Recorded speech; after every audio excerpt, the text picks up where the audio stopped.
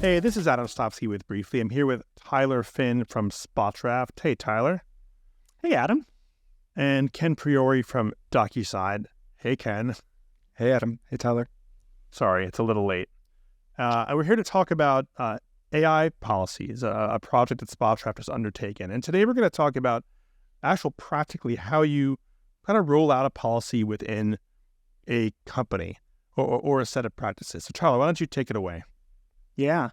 Ken, what I'm really interested in is you have a diverse set of stakeholders, some of whom you've likely consulted during the policy development process. Can imagine folks like a CTO or product leadership would be really important as you're developing an AI use policy. Then you want to go and roll it out. How do you do it? What do you do next once you have the policy written? Yeah, it's a really interesting question.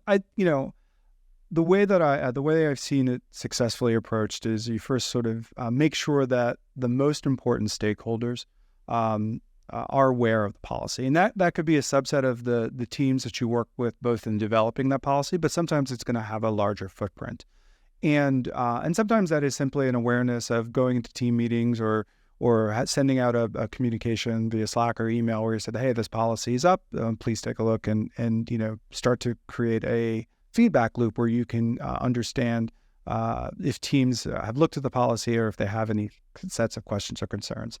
And that feedback portion, I think, is really important because even with a diverse group of stakeholders where you've spent the time really trying to land a policy, it's only effective if it makes sense to the broadest group of folks that it's meant to sort of apply to and be used by. And certainly the more nuance in the policy or the more complexity in the policy, which in some organizations, AI policy will have a lot of complexity and or nuance, particularly around rules for engaging generative AI if the organization is going to that level. I think it's really important to continue to try to iterate on that policy. And that iteration doesn't necessarily mean we're going to change the policy. But I think it's continuing at least to have conversations to understand, did we miss anything? Is this applicable to the way that your teams are working? Is this creating more friction in the way that you would like to use the tool? And that allows you to sort of take a beat at some point in the future and say, okay, it's time to revise the policy. And now we've taken this feedback from teams. Or you can sometimes, and I've had this experience, there were just aspects in the policy that you hadn't considered that were blind spots. And you start to then create an augmentation to that policy. And I think in particular with AI, where the technology is changing so quickly, the definitions are changing so quickly, it becomes really important to have that feedback loop be part of the rollout. I think the last thing I'd say there is, in my opinion, you can't underestimate the power of sort of the personal connection in rolling out policies. And I think about that in terms of, in some organizations, policies get posted and perhaps teams don't go look for them. And I think it's really important for any policy owner or any legal professional who wants their policy to really resonate is to sort of go out to those team members and really take the time to make sure they understand the policy and create that personal feedback loop. I love that idea of a feedback loop and seeing the policy as something that needs to be a living document, right? Needs to be able to iterate. Tell us a little bit about the tone that you think is most effective in the rollout, because on the one hand, people probably want to know that you're flexible and that you're going to adapt as new information emerges or as you get feedback from them.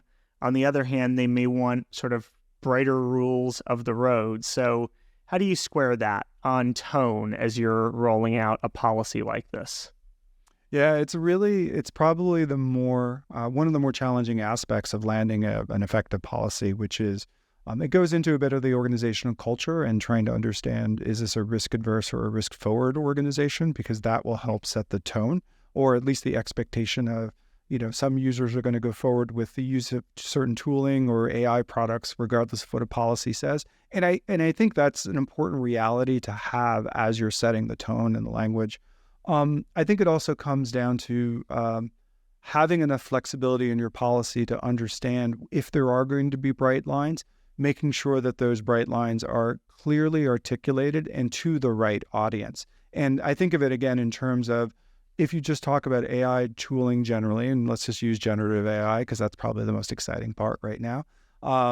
Marketing, the use of perhaps by marketing teams or folks who are creating collateral where they're just trying to get inspiration and create new ways to present certain business structures is very different than teams who are using some of this generative AI tooling to create code that goes into the core functionality.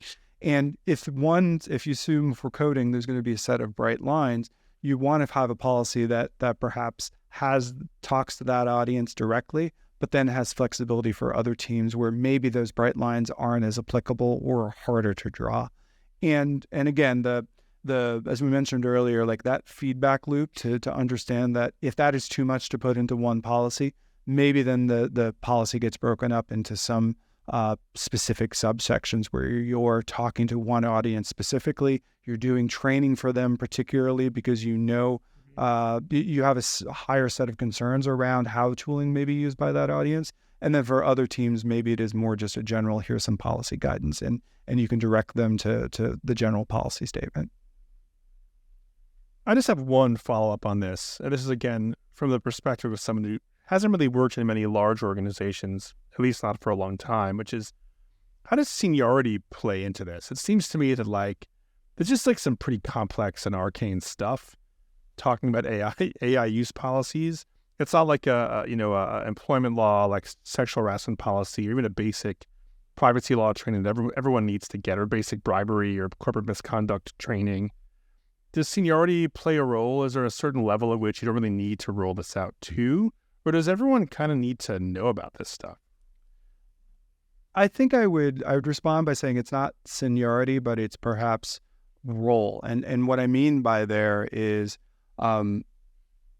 depending on the tooling and its capabilities, and depending on the individual and what their mandate is in their delivering in the organization, I think that there can be policies that are more specific to that audience. I think just in general, like policy fatigue in any organization is a real thing, right? Like, how many times have we heard of it's the end of the year or beginning of the year, I need to spend 2 hours of my life clicking a button as quickly as possible. That is not, that's a challenge when you're rolling out rules of engagement and you have policy. And that's where, when you have sort of a lot of policies rolling out in organizations. And that's where trying to be as narrowly tailored as possible so that you are speaking to the roles where they have the most risk or they have the most need, starts to hopefully address that fatigue, because folks kind of understand, well, this is relevant to me and this isn't relevant to me.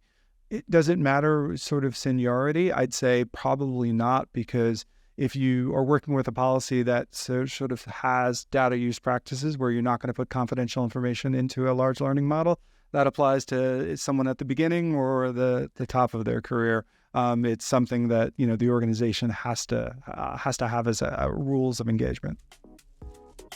All right, great. Thank you, Ken. Thank you, Ken.